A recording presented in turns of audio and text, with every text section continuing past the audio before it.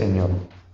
Y ya vamos avanzando, ya vamos recorriendo, vamos ya en el capítulo 15, imagínense lo que llevamos de este libro. Yo espero, hermanos, que usted y yo estemos siendo edificados. Amén.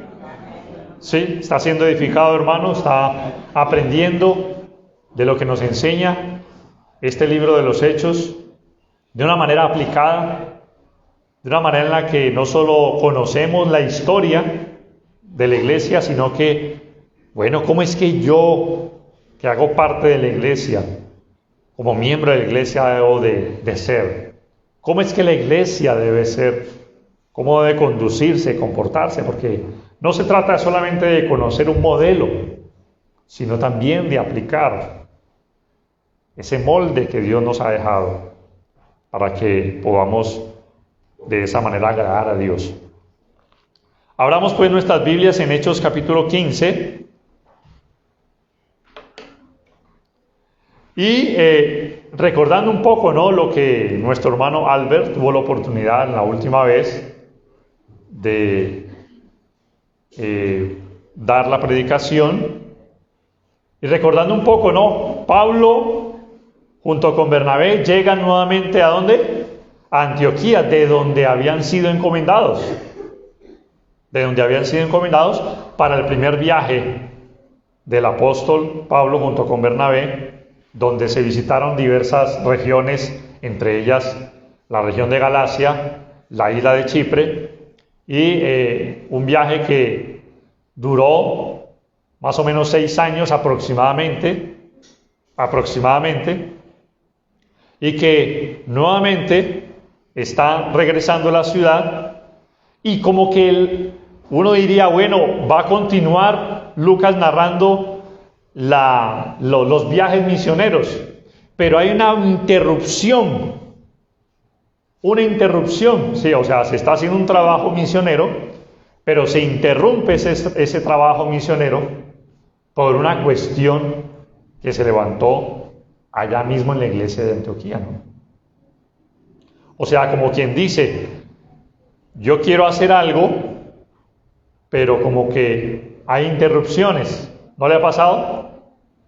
Que usted quiere hacer algo y se interrumpe por alguna cosa, y esa cosa termina siendo algo negativo, pero que al final uno va a ver, hermanos, y todo va servido con un propósito positivo para la gloria de Dios.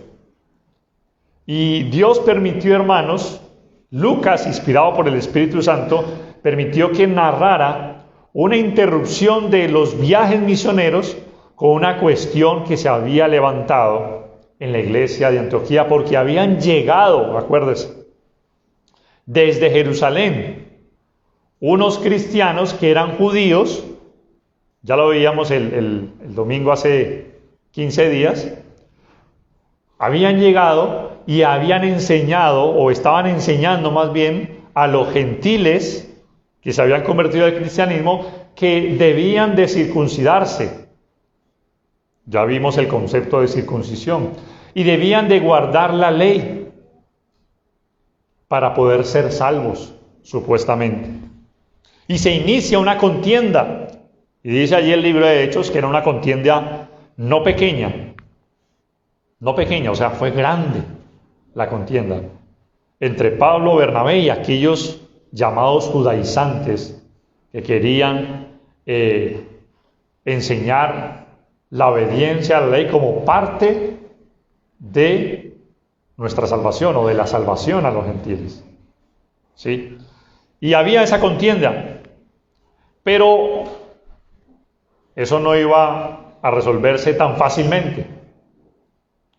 Los apóstoles Bernabé y Pablo decidieron, según el relato que estudiábamos hace 15 días, viajar hasta Jerusalén y allí, hermanos, tratar el asunto junto con los apóstoles que se encontraban allí en Jerusalén, con los ancianos que había ya en la iglesia de Jerusalén y con todos los líderes que también estaban allí haciendo parte de la iglesia del Señor. Hay esa interrupción abrupta en la expansión del Evangelio. de los viajes de Pablo. Y hoy vamos a ver, hermanos, puntos importantes, puntos altos de lo que tiene que ver con la justificación o la salvación de el ser humano, no por las obras de la ley, sino por la gracia de Dios. Porque Pedro, en su intervención, y hoy lo vamos a ver, va a decir de que nadie puede ser salvo por las obras de la ley. La salvación es por gracia. La salvación es por gracia, a través de la fe. Si a usted le gusta anotar los títulos del mensaje, este tema, esta predicación la he titulado sencillo: salvos por gracia y no por la ley. Si a usted le gusta anotar los títulos, ¿sí? Salvos por gracia y no por la ley.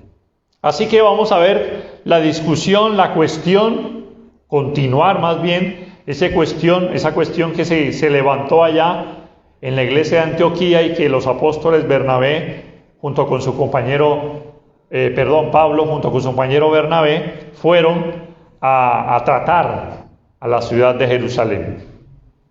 Y se presenta esta cuestión y vamos a ver, hermanos, cómo es que el hombre, o preguntarnos más bien, ¿podrá el ser humano ganar el favor de Dios? ¿Podrá ganar el favor de Dios? Son cuestionamientos que vamos a tener en el día de hoy, en el tema, ¿sí? ¿Podrá él ganar la salvación por sus propios méritos? ¿Sí? Y vamos a preguntarnos si realmente el ser humano necesita, hermanos, una salvación en la cual no merece. Porque eso es lo que vamos a ver cuando veamos la gracia. Vamos a ver, hermanos, que la religión es diferente a la relación. Hoy en día se habla mucho de religión, pero muy poco de relación con Dios. Vamos a ver, hermanos, la religión de los méritos es muy diferente a la salvación por gracia. Vamos a ver, hermanos, que las obras son diferentes a la gracia. La importancia, hermanos, de conocer este tema de la salvación por la gracia de Dios y la incapacidad, escuche bien, la incapacidad del hombre para justificarse por las obras de la ley. Leamos entonces el capítulo 15, de donde quedamos, que creo que quedamos por allá en el versículo 7 o 8. Donde, dice el pasaje desde el versículo 1, entonces algunos que venían de Judea enseñaban a los hermanos, si no os circuncidáis conforme al rito de Moisés, no podéis ser salvos. Como Pablo y Bernabé tuviesen una discusión y contienda no pequeña con ellos, se dispuso que subiesen Pablo y Bernabé a Jerusalén y algunos a tratar esta cuestión.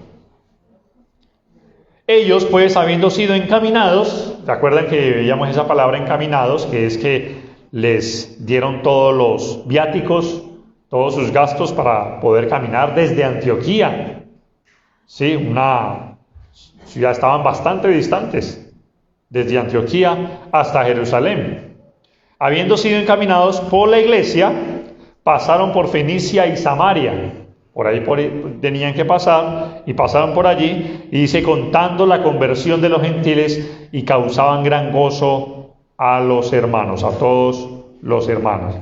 Y llegados a Jerusalén fueron recibidos por la iglesia y los apóstoles y los ancianos, y refirieron todas las cosas que Dios había hecho con ellos. Pero algunos, observen, no eran todos, eran algunos solamente, algunos de la secta de los fariseos que habían creído, se levantaron diciendo, es necesario circuncidarlos y guardar y pedirles y mandarles que guarden la ley de Moisés. Y se reunieron los apóstoles y los ancianos para conocer este asunto. Y después de mucha discusión, Pedro se levantó y les dijo: varones hermanos, vosotros sabéis cómo ya hace algún tiempo que Dios escogió de los gentiles, que los gentiles oyesen por mi boca la palabra del Evangelio y creyesen. Y Dios, que conoce los corazones, les dio testimonio dándoles el Espíritu Santo, lo mismo que a nosotros. Y ninguna diferencia hizo entre nosotros y ellos, purificando por la fe sus corazones.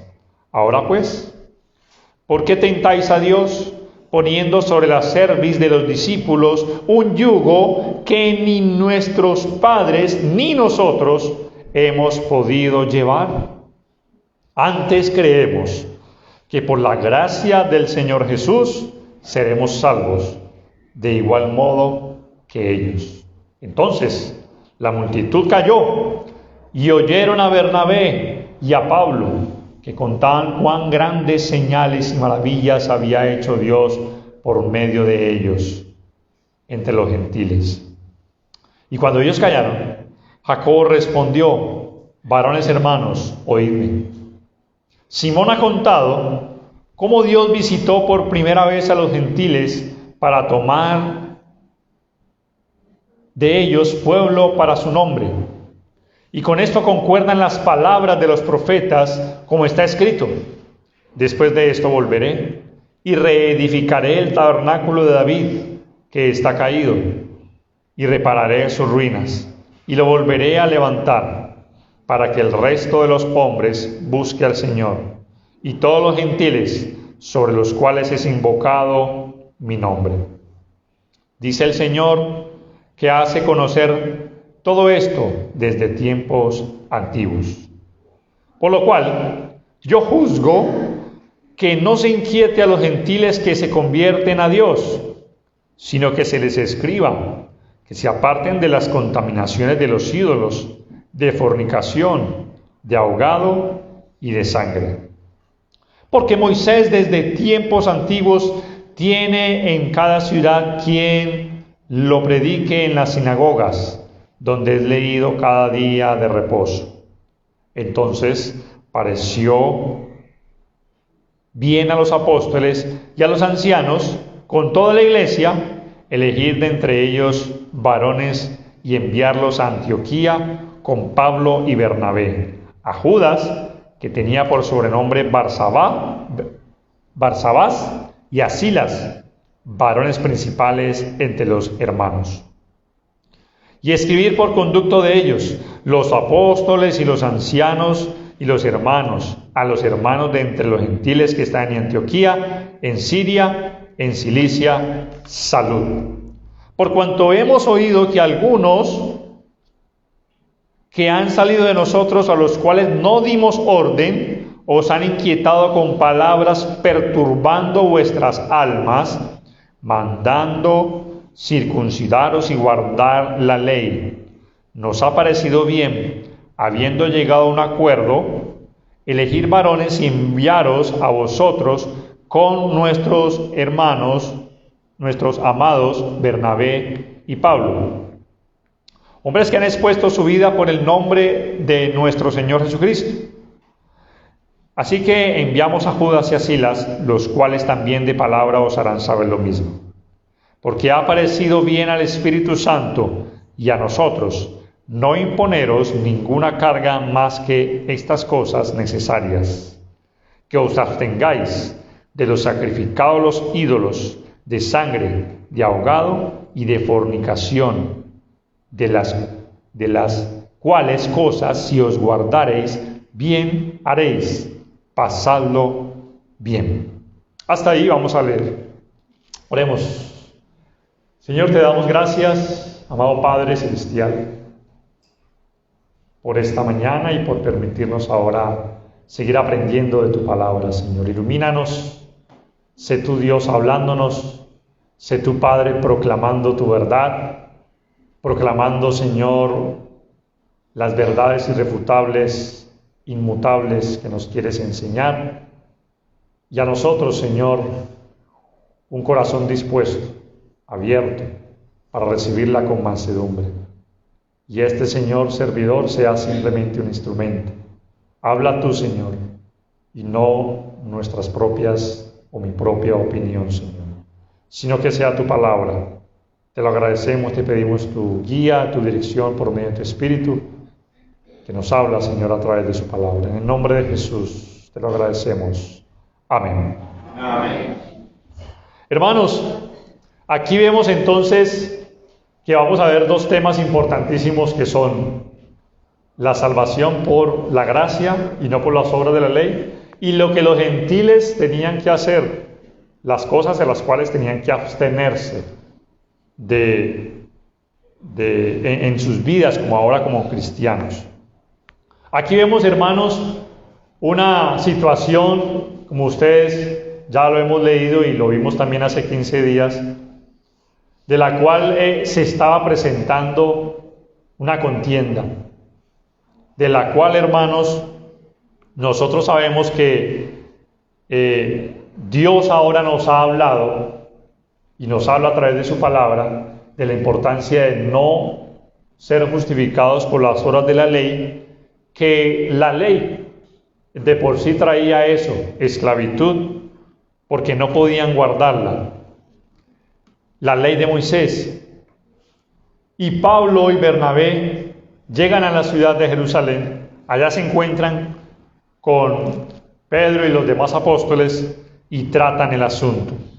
El que empieza a hablar es Pedro y les dice: bueno, ustedes saben cómo Dios vino y le mostró a los gentiles, haciendo un recorrido, parafraseando un poco de lo que nos narra Hechos capítulo 10, cómo los gentiles llegaron a la iglesia del Señor. Y Dios no hizo acepción de personas, sino que los aceptó a ellos como hijos de Dios. Los aceptó porque en un tiempo los judíos creían que ellos eran los únicos que hacían parte del pueblo de Dios, que eran los únicos que podían ser salvos. Pero Dios le mostró a Pedro, usted recuerda Hechos capítulo 10, que a lo inmundo no podía llamarle inmundo. A lo que ellos llamaban inmundo, Pedro no lo podía llamar inmundo, porque Dios ya lo había limpiado. Y dio la salvación, ¿sí?, a los gentiles. Pero los cristianos judíos que creían se habían introducido, hermanos, a la iglesia para expiar, como dice el libro de Gálatas, la libertad en Cristo. Y ahí aparece la primera, digámoslo, persecución de falsas doctrinas a la iglesia. La primera, y vino de parte de los mismos judíos. Y Pablo por allá en Gálatas capítulo 2, versículo 4, los llama falsos hermanos.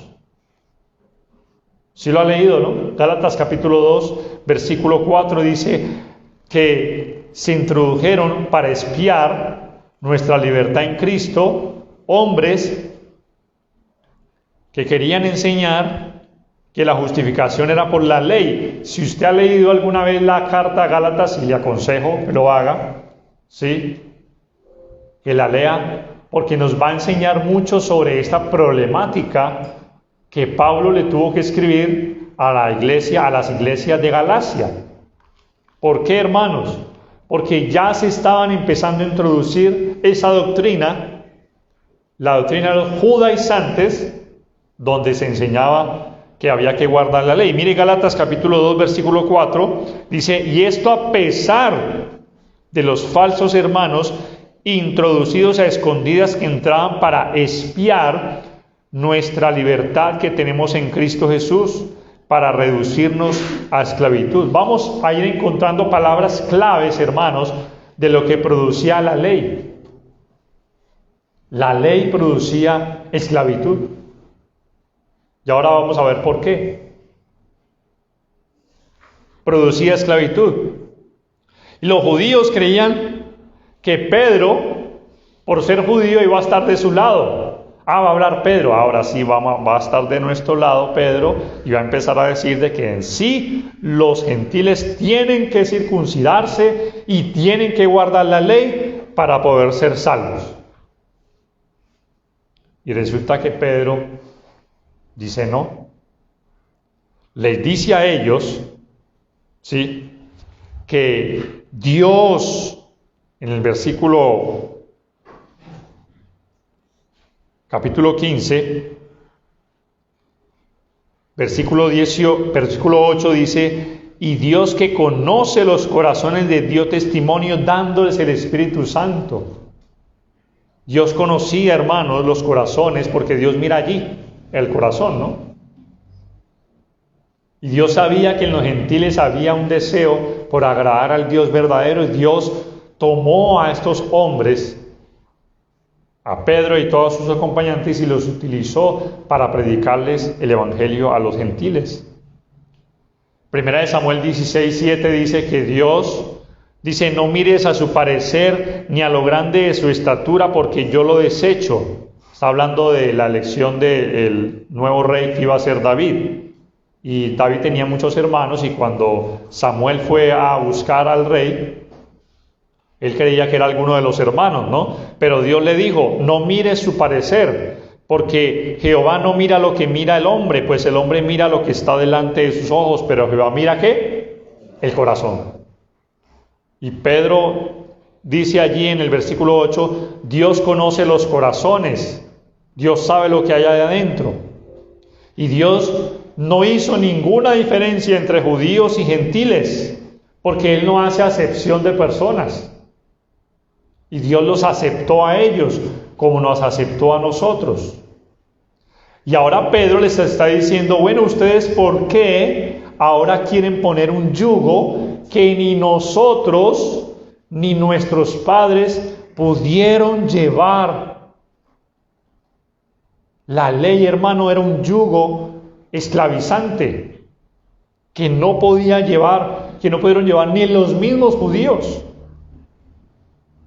Ellos no podían, hermanos. Nadie podía guardar la ley. Nadie la podía guardar. Eran más o menos entre 800 y 900 decretos y estatutos que tenían los judíos aproximadamente, como base los 10 mandamientos, y los demás decretos que tenían leyes, y ninguno lo guardó a la perfección, solamente Jesucristo. Pero aparte de Jesucristo, nadie pudo guardar totalmente y completamente la ley para poder ser justificado. O sea que la ley, en sí la ley era buena. El mandamiento, dice la Biblia, justo. Pero el hombre no podía guardar la ley para poder ser justificado delante de Dios. Y vamos a ver dos pasajes, hermanos, en el libro de Romanos, capítulo 3, versículo 20. Romanos capítulo 3, versículo 20, donde se nos dice, ya que por las obras de la ley, ningún ser humano será justificado delante de él, porque por medio de la ley es el conocimiento del pecado. Ahora leamos Gálatas capítulo 2, versículo 16. Gálatas capítulo 2, versículo 16. Y dice, sabiendo que el hombre no es justificado por las obras de la ley, sino por la fe en Jesucristo. Nosotros también hemos creído en Jesucristo para ser justificados por la fe de Cristo y no por las obras de la ley, por cuanto por las obras de la ley nadie será justificado. Hermanos, ahí empezamos a notar algo muy importante. ¿Por qué? ¿Y por qué es importante que lo notemos y que lo narra o lo enseña el libro de los Hechos? El hombre, el judío, tenía muchas reglas que cumplir, pero no podía cumplirlas. Su debilidad humana hacía de que no pudiera cumplir todo a cabalidad al 100%. Y hay otro pasaje que nos enseña que es maldito todo aquel que no cumpliere las obras de la ley. Era maldecido, era un maldito. Es decir, si la persona podía cumplir el 99%, pero fallaba en 1%, era maldito. Y no podía ser justificado. Y de ahí la importancia que veamos este tema, porque hoy en día posiblemente muchos creen que necesitan el nuevo sistema de ley para ser justificados, cuando nadie lo puede cumplir. Nadie lo podrá cumplir en su totalidad. Nadie podrá. La ley tenía una debilidad. Los sacrificios de la vieja ley no podían remover el pecado, según el libro de Hebreos. Sí, hermana. Por ejemplo, hay personas que dicen que hay que guardar el sábado, que porque es el día del Señor. ¿Sí? Pero entonces, si uno hace eso, es maldito. Nadie puede cumplir a totalidad la ley. Si hace solo una cosa, también es malo. Y el sábado es un mandamiento para el pueblo judío, pero que no está contemplado en el Nuevo Testamento.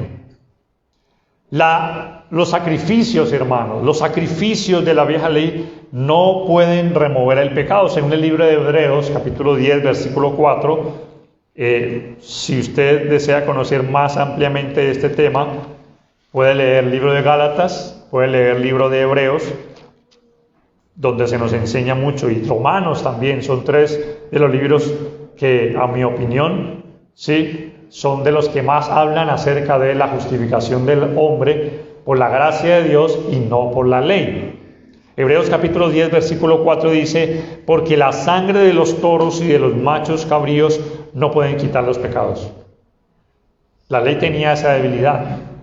No podía remover el pecado. La sangre que se derramaba en los animales hacían que se recordaran. ¿Sí? Nadie puede ser justificado por la vieja ley. Nadie. Gálatas, volviendo a Gálatas, capítulo 3, versículo 11, dice que por la ley ninguno se justifica, para con Dios es evidente, porque el justo por la ley vivirá. Por la fe, vivirá. Ninguno se justifica para con Dios. La verdadera justicia no puede ser obtenida bajo la ley de Moisés. Bajo la ley de Moisés. Capítulo 2, versículo 21 de Gálatas. No desecho la gracia de Dios, pues si por la ley fuese la justicia, entonces por demás murió Cristo. ¿Qué está diciendo este versículo específicamente? Que si el hombre pudiera vivir o ser justificado por guardar una serie de mandamientos y de leyes y de reglas, entonces Cristo, ¿para qué murió? Porque si Cristo sabe y si Dios sabe que nosotros podemos nosotros guardar todo a perfección las obras de la ley, entonces para nada murió Cristo. Es lo que está diciendo Pablo aquí. No desecho la gracia de Dios, pues si por la ley fuese la justicia, entonces por demás murió Cristo. Por demás. No puede dar vida. La ley, hermanos, no puede dar vida. No se puede obtener vida a través de la ley. La vieja ley era perfecta, pero se volvió imperfecta en el sentido en que Dios jamás pretendió perfeccionar al hombre delante de él por medio de las obras de la ley. La Biblia dice que la ley fue solamente una sombra de lo que habría de venir. El libro de Jeremías nos habla de que iba a venir una nueva ley, Jeremías. Hebreos también 8 nos dice que iba a haber un nuevo pacto. El nuevo pacto ya no iba a ser escrito con letras de piedra, sino que la ley, nueva ley, iba a ser escrita ¿en dónde? En los corazones. Pero atención a esto, hermanos. Si la ley no justifica, entonces ¿qué justifica? La gracia. La gracia de Dios. La palabra gracia, ¿qué significa? Ustedes lo saben. Favor no merecido. El favor no merecido. Yo no puedo hacer nada. No es que ahora tenemos un nuevo sistema legal que ha reemplazado a la vieja ley. No, un sistema no reemplazó al otro. No es que ahora tenemos una serie de mandamientos y de todas reglas, estatutos y decretos.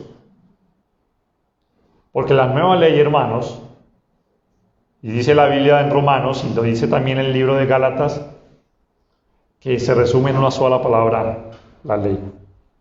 ¿Cuál es? El amor. En una sola palabra.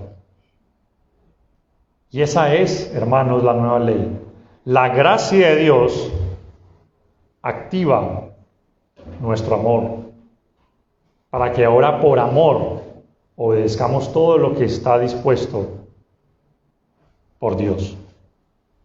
Esa nueva ley no es la misma. Un sistema no reemplazó al otro. Al trabajador se le paga por lo que hace, ¿no? Se le da un salario. ¿Cierto? Es así, eso es lo legal. Usted trabaja y al final de la quincena o al final del mes, tome su paga. Creemos, hermanos, que la salvación es una paga que nos va a dar Dios a nosotros de lo que hemos hecho nosotros. ¿Creemos que es eso? No. Porque si es eso, entonces nosotros estamos trabajando, haciendo o cumpliendo algo para que, bueno, Dios, usted tiene una deuda conmigo, págueme. ¿Creemos que es así? No es así. La paga, hermanos, la paga es para aquel que trabaja por algo. La única paga que nosotros tenemos era la muerte, porque la Biblia dice que la paga del pecado es la muerte. Mas la dádiva es en Cristo Jesús vida eterna. La dádiva de Dios es Cristo Jesús. Nadie puede guardar en su totalidad la ley. Santiago nos dice que cualquiera que guardara la ley, pero ofendiera en un punto, se hace ¿qué? Transgresor de todos. Si hemos de ser salvos, será solamente por gracia. Si hemos de ser salvos, será solamente por la gracia, no más. Yo no puedo ser salvo por guardar todos los mandamientos que ahora tenemos en el Nuevo Testamento. Porque si creo que eso me va a hacer salvo, entonces estoy teniendo la misma conducta que el judío en la ley, que creía que iba a guardar todo. Ahora yo pregunto, ¿usted puede guardar todos los mandamientos? ¿Ha sido capaz de guardarlos todos? Los que nos enseña Cristo, los que nos enseñaron los apóstoles, los que nos enseña el Nuevo Testamento. Por eso les decía, hermanos, un sistema no reemplazó al otro. No es que nosotros ahora tenemos un nuevo sistema que reemplazó a la ley de Moisés. No, ahora somos salvos por gracia.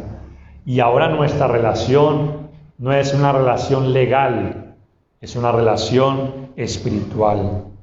La gracia, hermanos, no es una cualidad de la ley. Porque la justificación no se obtiene por guardar los reglamentos, sino que es gratuita. Usted la decide aceptar. La gracia de Dios.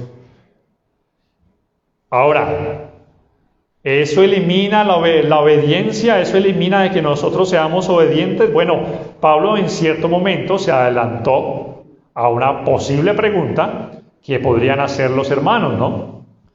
Entonces como ya no estamos bajo la ley, entonces podemos seguir pecando porque en realidad vamos a ser salvos por gracia. Romanos capítulo 6, versículo 1 dice: ¿perseveraremos en el pecado para que la gracia abunde? En ninguna manera. Hermanos, eso no elimina el que nosotros seamos obedientes a los mandamientos. Yo en algún tiempo puse este ejemplo, algunos de pronto lo han escuchado, ¿no? La gracia nos pone en la barca salvadora. Los mandamientos nos dirigen hacia el puerto celestial. Pero es por la gracia, hermanos, porque es gratuita, dice Romanos capítulo 5, versículo 17. Romanos capítulo 5, versículo 17.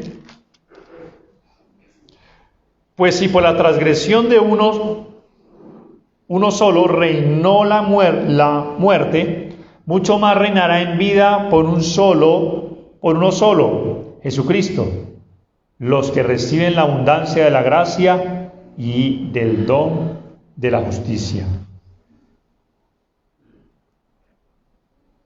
De la justicia. Romanos 5, 17. Y usted puede leer, hermanos, todo el capítulo 5 que nos habla de esto importantísimo, del resultado de la justificación. Ahí aparece un subtítulo, no es un subtítulo inspirado, pero puede dar una idea, hermanos, de lo que va a hablar allí ese pasaje. Hemos sido justificados gratuitamente, reconciliados con Dios. Ahora somos salvos por gracia, y esa gracia, vuelvo y reitero, activa nuestro amor. ¿Cuál es esa nueva ley, hermanos? La ley que es escrita en nuestros corazones. Allí está. Por eso Dios dijo: ya no voy a hacer ese pacto que hice con la casa de Israel, ahora voy a hacer un pacto, un nuevo pacto. Y ese nuevo pacto dice, Hebreos capítulo 8, pondré mi ley que en sus corazones y sobre sus mentes las escribiré. Por eso, hermanos, es muy importante que nosotros entendamos que ahora en Cristo la gracia de Dios es la que hace que en nuestras vidas haya amor, porque el amor de Dios, dice el libro de Romanos, ha sido derramado en nuestros corazones para que eso haga que obedezcamos a Dios por amor, no por una especificación legal, no por un mandamiento escrito. Hay que hacer eso. ¿Está escrito? Sí, bueno, pues toca hacerlo. No es que toca hacerlo ahora, es que la gracia de Dios ha abundado en nuestras vidas al punto de activar nuestro amor para obedecerlo a Él. ¿Estamos de acuerdo? Para obedecerlo a Él. Por eso usted viene al culto no porque le toca venir al culto, sino porque usted ama a Dios y porque sabe que Dios desea que nos reunamos cada primer día de la semana. Por eso usted evita cualquier práctica inmoral, porque usted sabe que no quiere ofender a Dios, no porque simplemente haya una especificación legal que le dictamine qué hay que hacer y qué no hay que hacer, sino porque usted ama a Dios. Entonces, cuando Pedro, volviendo al punto de lo que está tratando Pedro allí, en el versículo 11 dice: antes creemos que por la gracia del Señor Jesús seremos ¿qué? Salvos. Cuando usted y yo, hermanos, entremos al cielo, no vamos a tocar la puerta: bueno, Señor, ábreme, que voy a entrar porque yo obedecí, fui obediente. Me tienes que dejar entrar. No, hermanos. vamos a llegar allá es porque la gracia de Dios nos puso allí. Por su misericordia. Porque nunca lo que nosotros hagamos acá va a justificar nuestra entrada al cielo. Nunca, nada. Nada de lo que nosotros podamos hacer aquí. Vuelvo y reitero, no me vaya a malinterpretar. Eso no elimina el que hagamos obras. Eso no elimina el que seamos obedientes. Eso no elimina el que hagamos, porque eso Dios todo lo puso. Por eso dice el libro de Efesios que Él puso las obras para que anduviésemos en ellas. Hermanos, Dios lo ha hecho todo. Y Dios lo sigue haciendo todo. Y lo hará todo. Y cuando lleguemos a las puertas del cielo, vamos a entrar porque la misericordia de Dios y la gracia de Dios nos puso allí. No trate, hermanos, de justificar su vida por simplemente guardar especificaciones legales, porque el ser humano no puede justificarse por las obras de la ley. Nadie. Es por la gracia. Si vamos a ser salvos, solamente será por la gracia. Uno no puede ser salvo por guardar en una parte la ley y guardar otra parte o cumplir con la gracia de Dios. No lo manejamos así. No se maneja así. Con Dios no es así. Una parte que yo hice, otra parte por la gracia de Dios. No, todo es por la gracia. Todo es por la gracia. Así que cuando escucharon a Pedro decir eso, ¿qué hizo la multitud? Versículo 12. Cayó. Callaron. Y entonces empezaron a hablar Pablo y Bernabé de todo lo que había hecho durante los viajes, durante los lugares que habían visitado en su primer viaje. Y contaban, dice, grandes señales y maravillas que había hecho Dios entre los gentiles. Versículo 12. Luego vino Jacobo. Este Jacobo, hermanos, creo que el hermano Albert lo dijo hace 15 días, este Jacobo es uno de los hermanos de Jesús. Este es el hermano Santiago, quien escribió la carta a Santiago. Ahora, ¿por qué sabemos que este Jacobo es el hermano de Jesús? Bueno, porque por allá en Hechos capítulo 11 vimos que Jacobo, el otro Jacobo, el hermano de Juan, había sido muerto a filo de espada por Herodes. Había muerto uno de los apóstoles. Ya no estaba Jacobo. Este Jacobo se le apareció el Señor a él solamente. Según el libro de 1 Corintios capítulo 15, la Biblia dice que se le apareció Jesús a Jacobo, su hermano. Y parece ser que este se volvió un hombre importante, una columna, ¿sí?, dentro de la iglesia de Jerusalén, y fue el que escribió la carta que nosotros conocemos y la tenemos allí en el Nuevo Testamento como Santiago, que es el mismo nombre pero en el griego, el Tiago, porque luego el San se lo pusieron los católicos, ¿no? Sí, el Santiago, pero en realidad era el nombre Tiago, ¿sí?, que le pusieron después el San, ¿sí?, como San Pablo, Santiago, San Juan, San Albert, San Daniela y todos los San que hay aquí. Aquí hay muchos San. Este Jacobo empezó a hablar y dijo con sus palabras, respondió Jacobo diciendo: varones hermanos, oídme. Y empieza a hablar de una profecía, le habla de la profecía, donde dice que Dios iba a levantar nuevamente el tabernáculo de David, y iban a venir no solo los judíos a adorar, sino que iban a venir los otros pueblos. Hablando, hermanos, proféticamente de los gentiles. Los gentiles iban a llegar, hermanos. Ahora les dice, hermanos, no los incomoden a los gentiles. Y los anima, no los incomoden. Hermanos, vemos allí algo muy importante, y es que Jacobo fue un mediador para buscar soluciones. Él no solo hizo parte del problema, él hizo parte de la solución al problema. Cuando usted, hermanos, se vea envuelto en un problema, no busque simplemente estar allí como parte del problema, busque soluciones, haga parte de las soluciones. Porque muchas veces nosotros, cuando nos enrollamos en dificultades, en problemas, de entre muchos, lo que hacemos es simplemente, me disculpen la expresión si suena irrespetuosa, hacer un poquito de bulto nomás. Hacer bulto nomás, pero no hacemos parte de la solución del inconveniente, del problema. Y uno, hermanos, tiene que buscar soluciones a los inconvenientes y a los problemas. No simplemente hacer un acto de presencia. No simplemente ocupar el espacio, sino que Jacobo, hermanos, fue un mediador para la solución. Y aparece la primera carta entonces. ¿Alguien sabe cuál es la primera carta del Nuevo Testamento?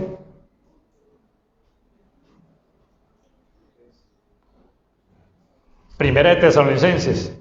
Bueno, hoy les voy a hacer una corrección, hermanos. La primera carta del Nuevo Testamento es la que se escribe aquí en el concilio. Es la primera carta. Lo que pasa es que no quedó dentro de los 66 libros. Pero si usted nota, hermanos, váyase por favor al capítulo 15, el versículo 28. Porque ha parecido bien, ¿a quién? Al Espíritu Santo. La primera carta que se escribe para los hermanos gentiles, en unas recomendaciones, en lo único que tenían que guardarse ellos, era esta. La primera carta. Y busca la solución, entonces les dice, miren, no se puede cerrar la puerta a los gentiles, ahora lo que tenemos que hacer es mandarles simplemente que se abstengan de 3 cosas. Ahí van a aparecer las 3 cosas. Primero, los sacrificados a los ídolos. Segundo, la fornicación. Y tercero, el ahogado y la sangre. No es el ahogado que usted hace con los tomates y oye, que no podían comer ese ahogado. No, no es ese ahogado. ¿Sí? ¿Qué les dice entonces? Solamente dice el versículo capítulo 15, versículo 19 y 20. Por lo cual yo juzgo que no se inquiete a los gentiles que se conviertan a Dios, sino que se les escriba que se aparten de las contaminaciones de los ídolos, de fornicación, de ahogado y de sangre. Los sacrificados a los ídolos era una cuestión que se daba en aquella época, ¿sí? Que los gentiles sacrificaban ídolos, por ahí está la presentación, ¿sí? La diapositiva, ellos sacrificaban a los ídolos, pero una parte la sacrificaban y la otra parte la tenía el sacerdote pagano, ¿sí? Y eso la daba al carnicero para que la vendiera, o simplemente se la comía a ellos. Entonces, ¿qué pasaba? Los cristianos que venían y comían de esa carne, estaban comiendo de algo que había sido sacrificado a los ídolos.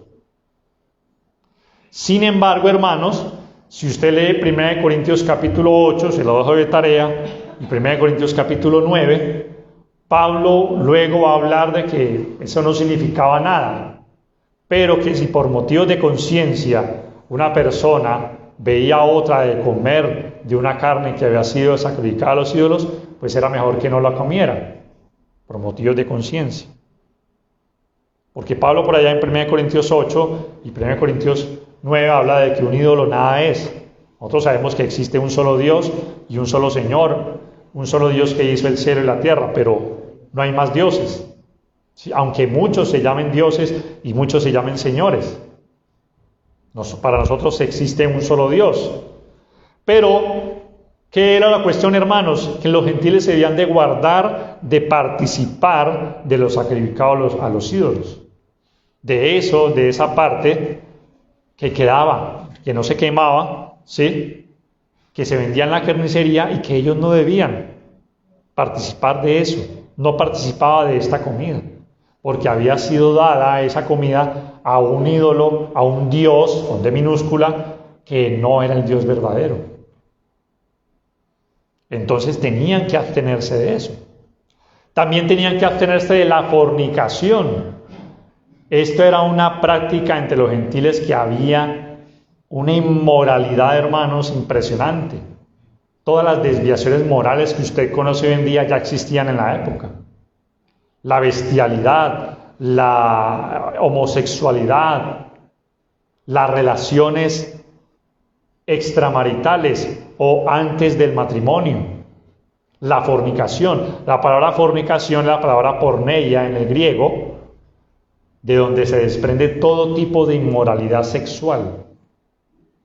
Y que los gentiles, que no eran cristianos, practicaban. Y para ellos era algo muy normal. Y ofrecían sacrificios a dioses y hacían orgías y hacían cantidad de cosas inmundas. La inmoralidad, hermanos, ellos tenían que abstenerse de todo este tipo de cosas, de las cuales los judíos no practicaban y tenían inclusive leyes, los judíos, en cuanto a la fornicación, en cuanto a la mujer fornicaria, a la mujer adúltera, a la mujer que no conservaba su pureza antes del matrimonio, etcétera, etcétera. Todas estas cosas ellos debían de abstenerse. La Biblia dice que el que fornica contra su propio cuerpo peca. Contra su propio cuerpo peca. La fornicación, hermanos, se extendió en la época como se está extendida hoy en día y como en todas las épocas, y que se ha esparcido. Y por eso es que nosotros, hermanos, y gloria a Dios por los temas que se están presentando para los preadolescentes, porque son temas que quieren ayudar a que los jóvenes, a que los niños, a que aquellos que están creciendo, e inclusive para nosotros mismos, hermanos, nos guardemos y evitemos toda práctica inmoral, indebida, de fornicación, porque la fornicación, hermanos, está esparcida por el mundo entero y a la orden del día en todas las formas, por la pornografía, por los dispositivos, por los computadores, en las calles, en las relaciones que se dicen de ser de noviazgo, etcétera, etcétera. Hermanos, vivimos en un mundo pervertido y lleno de inmundicia. Y Jacobo le dice a ellos que se abstengan de los sacrificados a los ídolos, que se abstengan de la fornicación. Y termina también, para terminar, hermanos, del ahogado y de la sangre. El ahogado, hermanos, eran los animales estrangulados o no desangrados que conservaban la sangre dentro de sí. Es decir, los judíos, para poder realmente tomar un animal y comerlo o hacer un sacrificio, ellos tenían que vaciar literalmente toda la sangre, porque no podía haber sangre en la participación de este animal que había sido sacrificado, y que luego una parte de ellas iban a comer, o una parte de ellas iban a tomar el sacerdote. Por eso es que usted lee en la Biblia, en el libro de Juan, cuando Jesús estuvo en la cruz, que un soldado vino y le clavó en el costado una lanza, y dice que salió ¿qué? Agua y sangre.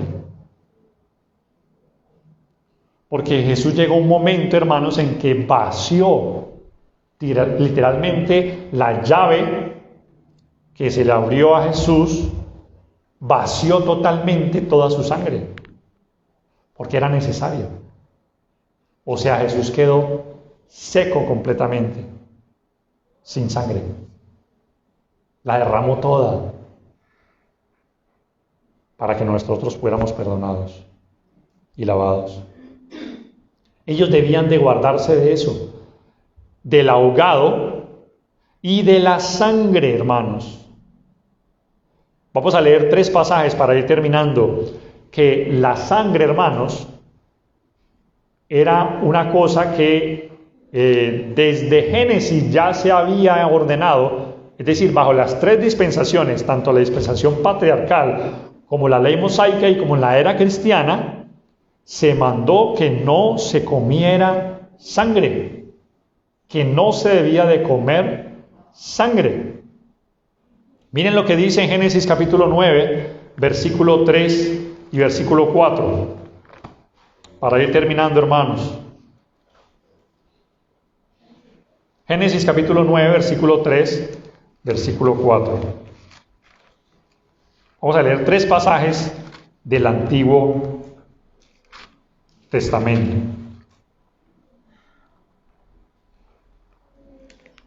Todo lo que se mueve y vive os será para mantenimiento, así como las legumbres y plantas verdes os lo he dado todo. Pero carne con su vida, escuche bien, que es su sangre, no comeréis. Capítulo 9, versículo 3 y 4. Está hablando Dios con Noé. El pacto que hizo con Noé. Levítico, capítulo 17.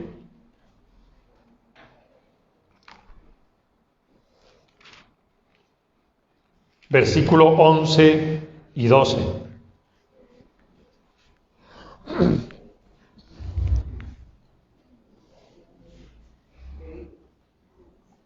Levítico capítulo 17, versículo 11 y 12.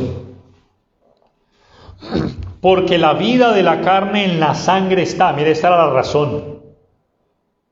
¿Por qué? Porque la vida de la carne en la sangre está. Y yo os la he dado para hacer expiación sobre el altar por vuestras almas. Y la misma sangre hará expiación de la persona. Por tanto, he dicho a los hijos de Israel, ninguna persona de vosotros comerá sangre, ni el extranjero que mora entre vosotros comerá sangre. Y Deuteronomio capítulo 12, versículo 23.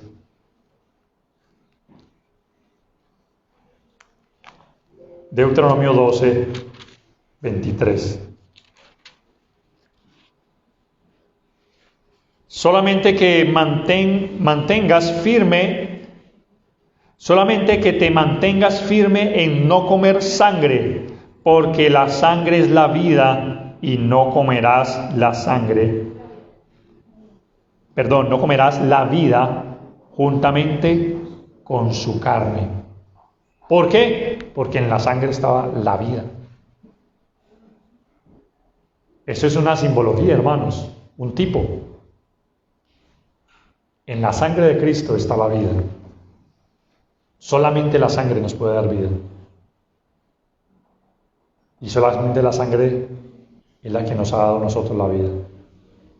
Y de hecho usted puede, pues, yo conozco personas que viven sin un riñón, ¿sí? Otras personas que he visto, ¿no? Que tienen la mitad del cráneo, la mitad del cerebro. Usted puede vivir sin un brazo. Hay personas que hasta inclusive viven con medio pulmón, con un pulmón, ¿sí? Con un ojo, etcétera, etcétera. Pero nadie puede vivir sin sangre. Nadie. Y con el órgano vital que bombea la sangre del corazón. Nadie puede vivir sin sangre. La vida del ser humano está en la sangre. Todo lo que comemos nosotros, todo eso se va a la sangre. Todo se va a la sangre. Todo lo que comemos. Y Dios, hermanos, fue muy sabio y dice, la vida está en la sangre, no la van a comer. Y por eso se les manda y les dice, ustedes lo que tienen que abstenerse es de los sacrificados a los ídolos, la fornicación, el ahogado y la sangre. No la coman. He ahí, hermanos, las peticiones, los mandamientos, lo que se les escribió a los hermanos gentiles, que dice allí, versículo, si usted lo lee, el versículo 29, si ustedes la guardan, bien haréis, bien haréis. Ellos llegaron, hermanos, en reunión a un acuerdo. Dicen, no deben seguirles inquietando, no los deben de buscar que guarden la ley, porque nadie puede guardar la ley, nadie la puede guardar, nadie puede ser justificado. Todos seremos salvos por la gracia. Lo único es que, mire, se guarden de estas cosas. Guárdense de eso. ¿Nos lo dice a nosotros hoy en día? Claro. Guardémonos, hermanos, de la idolatría, ¿sí? Y de la sangre y de la fornicación. Guardémonos. Guardemos nuestros cuerpos, guardemos nuestras almas de ir a cometer estos pecados, porque son pecados.